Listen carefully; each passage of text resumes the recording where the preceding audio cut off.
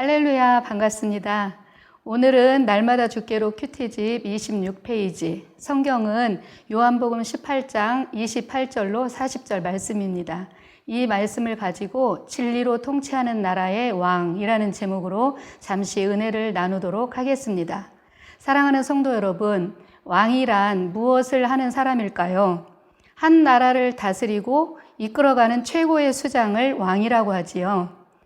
그러기에 왕은 무엇이든지 자기의 마음과 뜻대로 할 수 있고 명령만 하면 실행되는 힘과 권한을 가지고 있습니다.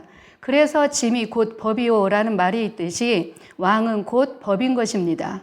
그런데 오늘 제목은 진리로 통치하는 나라의 왕입니다. 제목만 들어보아도 굉장히 훈훈하지요. 강한 자가 군림하며 약한 자를 억압하고 다스리는 세상 나라의 왕이 아닌 진리로 다스리는 하나님 나라의 왕 예수 그리스도에 대한 이야기입니다.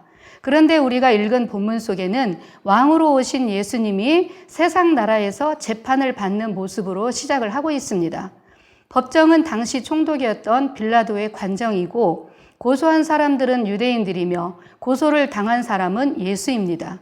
그런데 우습게도 재판장 안에는 신문을 하는 빌라도와 고소를 당한 예수만 있고 고발자들인 유대인들은 관정 밖에 있는 것을 볼 수 있습니다.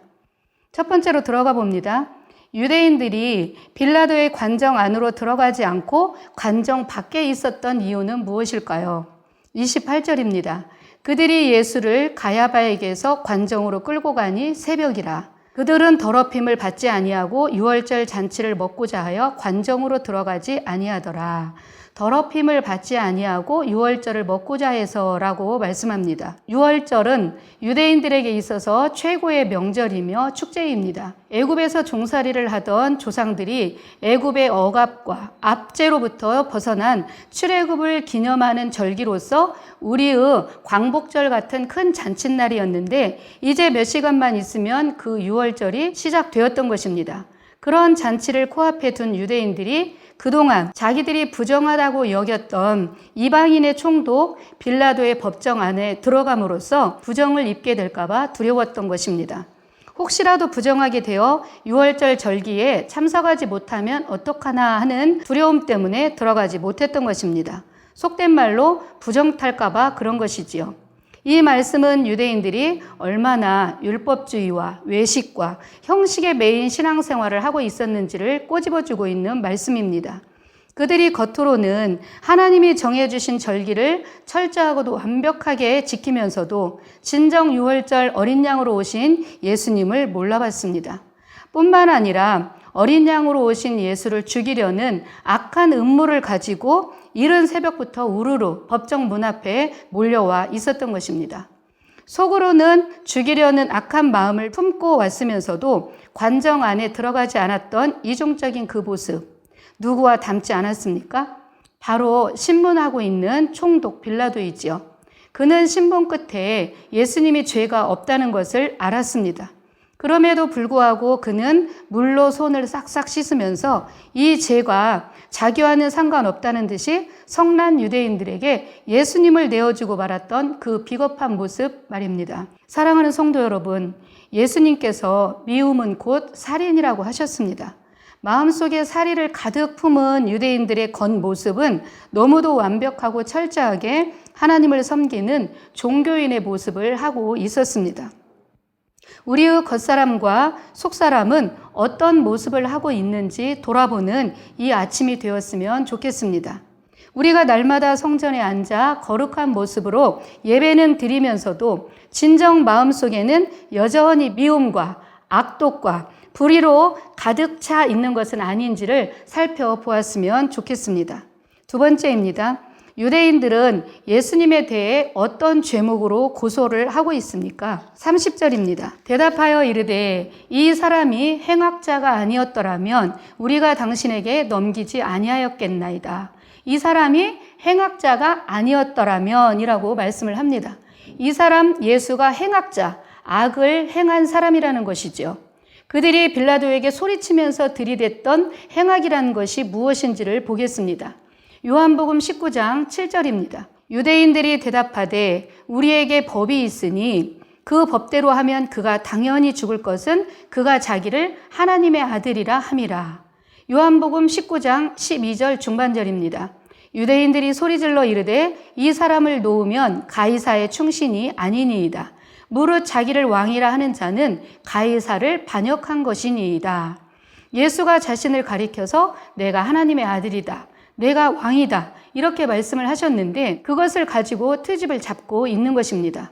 그것은 로마 황제인 가이사를 반역한 것이며 반역죄를 지은 것이라고 우기며 소리를 치고 있는 것이지요. 우리가 보면 너무나 어처구니 없고 답답한 상황이지만 이 말씀 역시도 그 당시 종교 지도자들이었던 대제사장들과 백성들 모두 영적으로는 무지한 맹인이요 우매함을 여실히 보여주고 있는 말씀입니다. 성전에서 일했던 대제사장들과 하나님께 선택된 백성이라며 자신들만이 가장 하나님을 잘 섬겼던 것처럼 자부했던 유대인들이 하나님의 뜻을 전혀 알지 못했습니다. 그래서 하나님의 아들이시며 왕으로 오신 예수님을 거부하고 죄 없는 자를 죄 있다고 하는 오류를 범하고 말았던 것입니다. 세 번째입니다. 예수님께서 이 세상에 오신 목적은 무엇일까요? 37절입니다. 빌라도가 이르되 그러면 내가 왕이 아니냐? 예수께서 대답하시되 내 말과 같이 내가 왕이니라. 내가 이를 위하여 태어났으며 이를 위하여 세상에 왔나니 곧 진리에 대하여 증언하려 함이로다. 내가 왕이 아니냐고 신문하는 빌라도 앞에 예수님은 그렇다, 내가 왕이다 라고 말씀을 하시며 내가 이를 위하여서 태어났으며 이를 위해서 세상에 왔다. 곧 진리에 대해서 증거하려고 세상에 왔다라고 단호히 말씀을 하셨습니다. 즉 하나님의 뜻인 당신의 백성들을 구원하기 위해 예수님 자신이 친히 육신을 입고 이 땅에 왕으로 오셨으며 세상 왕들처럼 군림하고 억압하고 다스리는 그런 왕이 아니라 낮아져서 섬기되 십자가의 죽음을 통해 구원을 이룰 것을 말씀을 하고 있는 것입니다. 이것이 바로 빌라도가 물었던 진리입니다. 마가복음 10장 45절 말씀입니다. 인자가 온 것은 섬김을 받으려 함이 아니라 도리어 섬기려 하고 자기의 목숨을 많은 사람의 대속물로 주려 함이니라. 당신의 죽으심으로 구원을 이루는 것이지요. 네 번째입니다. 예수님을 왕으로 인정하고 진리에 속한 자는 어떤 표정이 따를까요? 37절 하반절입니다. 무릇 진리에 속한 자는 내 음성을 듣느니라 하신대. 예수님은 이 땅에 왕으로 오셨습니다. 그러므로 우리가 예수님을 믿는다는 것은 그분을 왕으로 인정하는 것입니다. 그분을 왕으로 인정한다는 것은 그분의 통치와 다스림을 받는다는 말씀인 것이죠. 그동안 우리는 내 인생의 주인은 나야 라고 믿으며 살아왔습니다. 그래서 내 마음대로 내 뜻대로 내가 세운 계획대로 인생을 살아왔지요. 그런데 어느 날 예수님을 믿게 되면서 내 인생의 주인은 내가 아니라는 것을 알게 되었습니다. 바로 나를 위해 죽어주신 예수님이 주인이라는 것을 알게 된 거지요. 그래서 예수님을 믿는다는 것은 곧 주인을 바꾸는 것입니다. 주인을 바꾸는 것. 사랑하는 성도 여러분, 그렇다면 예수님을 왕으로 모셔서 인생의 주인이 바뀌었다는 것을 무엇으로 알 수 있을까요? 난 예수 믿어. 그렇게 말 한마디 한다고 되는 것일까요? 아니지요. 무릇 진리에 속한 자는 내 음성을 듣느니라 라고 말씀하신 것처럼 예수를 믿는 자는 바로 그 말씀을 듣고 순종하는 삶이 따른다는 것을 말씀하고 있습니다. 그래서 믿음은 곧 순종입니다. 그분의 말씀대로 순종하면 열매가 맺히는데 그 열매를 보아 그 사람이 예수를 믿는 사람인지 아닌지를 알 수 있다는 것이지요. 마지막으로 예수님께서 말씀하신 마태복음 7장 15절로 20절 말씀을 읽어드리고 말씀을 마치겠습니다. 거짓 선지자들을 삼가라. 양의 옷을 입고 너희에게 나아오나 속에는 노략질하는 일이라. 그들의 열매로 그들을 알지니 가시나무에서 포도를 또는 엉겅퀴에서 무화과를 따겠느냐. 이와 같이 좋은 나무마다 아름다운 열매를 맺고 못된 나무가 나쁜 열매를 맺나니 좋은 나무가 나쁜 열매를 맺을 수 없고 못된 나무가 아름다운 열매를 맺을 수 없느니라. 아름다운 열매를 맺지 아니하는 나무마다 찍혀 불에 던져지느니라. 이러므로 그들의 열매로 그들을 알리라. 아멘.